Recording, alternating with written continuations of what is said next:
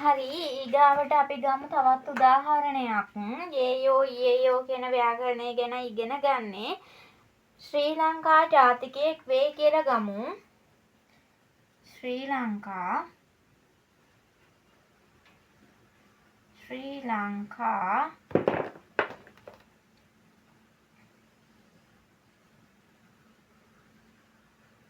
ජාතිකයෙක්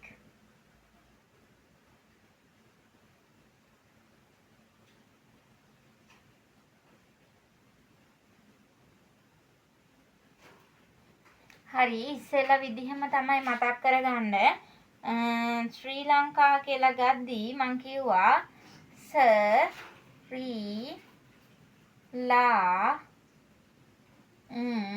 කා මෙන්න මේ විදිහට තමයි ලියවෙන්නේ. ඊට පස්සේ ජාතිකයෙක් වේ කියද්දි ජාතිකයට කිව්වේ සරම් කියලා. වේ කියලා කියද්දි ඉස්සෙල්ලා අපි ඉම්නිදා ව්‍යාකරණය මතක් වුණා නම් ඒ වෙනුවට දාන්න ඕන මේ ඊයෝ යේයෝ කියන සාමාන්‍ය ක්‍රමයෙන් එකක්.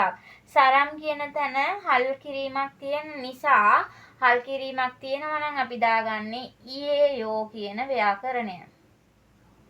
හල් කිරීමක් නැත්තම් අපි දැම්මේ යේයෝ. හල් කිරීමක් තියෙනවා නම් දාන්නේ ඊයෝ. ශ්‍රී ලංකා සරම් යේයෝ. ඒ කියන්නේ ශ්‍රී ලංකා ජාතිකයෙක් වේ කියන එක. මෙතනට වේද කියලා අහලා තිබ්බනම් මෙතන කිසිම දෙයක් නෑ. මෙන්න මෙතනට ප්‍රශ්නාර්ථය දාන එක විතරයි කරන්නේ ප්‍රශ්න අහන විදිහට. එතකොට ශ්‍රී ලංකා සරම් යේයෝ කියලා ඇහුවොත් එහෙම අහන්නේ ශ්‍රී ලංකා ජාතිකයෙක් වේද නැත්නම් ශ්‍රී ලංකා ජාතිකයෙක්ද?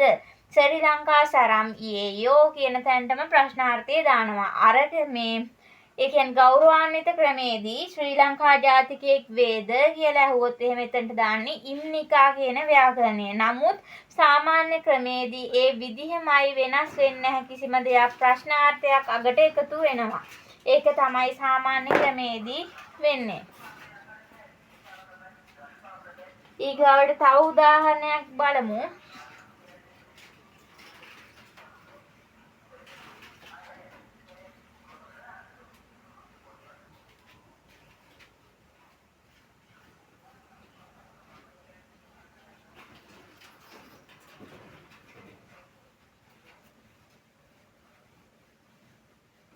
ඊගාවට තව උදාහරණයක් ගමු. ගොවියෙක්ද.